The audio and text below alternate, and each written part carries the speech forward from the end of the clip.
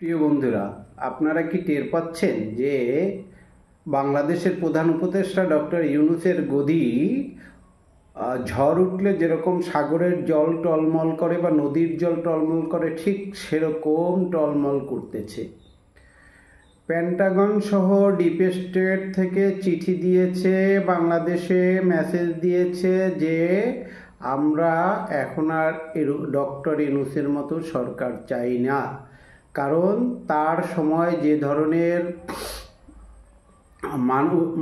মানুষকে খুন করা হয়েছে, পুলিশ খুন করা হয়েছে, চাঁদাবাজি হয়েছে, ধর্ষণ হয়েছে এবং সংখ্যালঘুদের উপর অত্যাচার হয়েছে, বিভিন্ন জায়গায় অগ্নিসংযোগ হয়েছে, কল কারখানা অগ্নিসংযোগ হয়েছে, এগুলো আমরা আর দেখতে চাই না। এই চিঠি পেয়েছে সেনাবাহিনী প্রধান ওয়াকারুজ্জামান এই চিঠি পেয়ে তড়িঘড়ি করে তার সাথে বিমান বাহিনীর প্রধান এবং নৌবাহিনীর প্রধানকে নিয়ে ডক্টর ইউনূসের সাথে অতীব জরুরি মিটিং করতে গিয়েছেন। সাথে ছিলেন জাতীয় নিরাপত্তা উপদেষ্টা।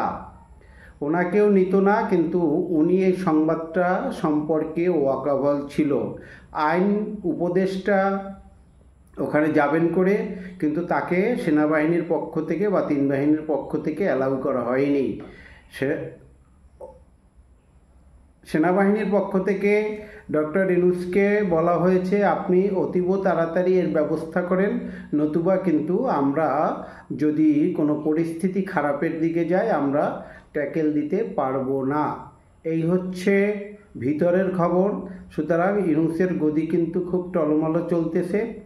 আপনারা সবাই যারা ইউনূস বিরোধী আছেন বা ওই দেশের মঙ্গল চান, সবাই আপনারা একজোট হয়ে যান, একত্রে থাকেন এবং আপনারা তৈরি থাকেন যাতে ওই দেশকে আর কোনো অরাজকতার দিকে ঠেলে দেওয়া যাবে না বা যায় না।